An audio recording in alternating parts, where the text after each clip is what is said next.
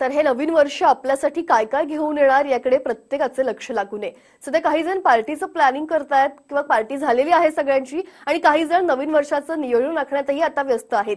मात्र या वर्षात फिरण्याचं प्लॅनिंग करत असाल तर ही बातमी तुमच्यासाठी आहे, कारण यंदा रविवारसह एकूण 73 सुट्ट्यांची पर्वणी मिळणार आहे.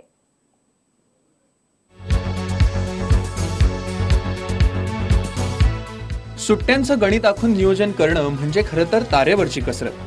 पण येणाऱ्या वर्षात सुट्ट्यांची चंगळ आहे. सरकारी सुट्ट्यांपैकी 3 सुट्ट्या रविवारी येणार असल्यानं भरपूर सुट्ट्या मिळणार आहेत. नववर्ष हे लीप वर्ष नसल्यानं हे वर्ष 365 दिवसांचं असेल. डॉक्टर बाबासाहेब आंबेडकर जयंती, दिवाळी लक्ष्मीपूजन आणि ईद ए मिलाद या 3 सुट्ट्या रविवारी येतात. विशेष म्हणजे त्यात रविवारला जोडून शनिवारी किंवा सोमवारी येणाऱ्या सुट्ट्यांची संख्या अनुक्रमे 5 आणि 4 आहे.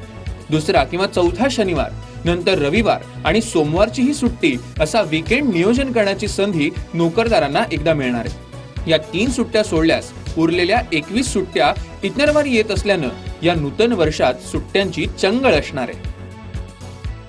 सर्वांचा आवडता सण म्हणजे दिवाळी, पण येणाऱ्या वर्षात दिवाळीचा आनंद 4 दिवस घेता येईल. वसुबारस आणि धनत्रयोदशी एकच दिवस 25 ऑक्टोबरला येतात. 27 ऑक्टोबरला नरक चतुर्दशी आणि लक्ष्मीपूजन येत असून 28 ऑक्टोबरला बलिप्रतिपदा आणि 29 ऑक्टोबरला भाऊबीज येत असल्यानं दिवाळी 4च दिवस असणार आहे. नवीन वर्षात गणेश भक्तांसाठी महत्वाचं म्हणजे 17 सप्टेंबरला एकच अंगारकी संकष्टी चतुर्थी येते. सोने खरेदी करणाऱ्यांसाठी महत्वाची गोष्ट म्हणजे नूतन वर्षी 6 जून, 4 जुलै आणि 1 ऑगस्ट असे 3 गुरुपुष्य योग येणार आहेत. वर्षभरात रविवारला जोडून सोमवारी 4 सुट्ट्या आल्या.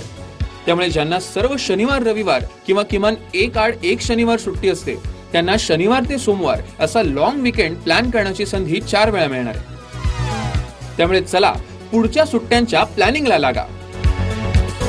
Bureau report, TV9 Marathi.